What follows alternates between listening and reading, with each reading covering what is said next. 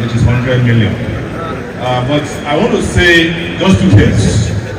One is that beyond donation, the North is in need of good people and great leaders.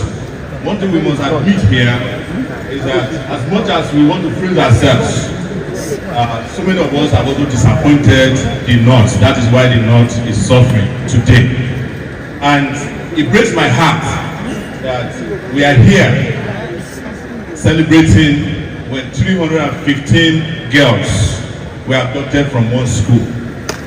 It breaks my heart that people are hurting in this country and we are not doing anything about it.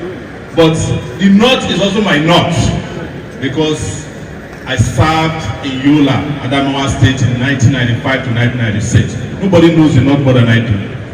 And I have greeted so many of you, including the policemen who used to put me in jail. All of them retired now. They are there on that side.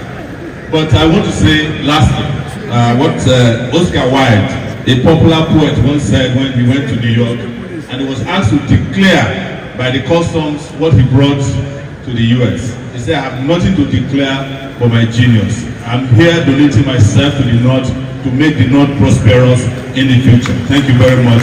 I'll make another token donation, but in our line of work, we don't announce donation because we don't really have a job. Thank you very much.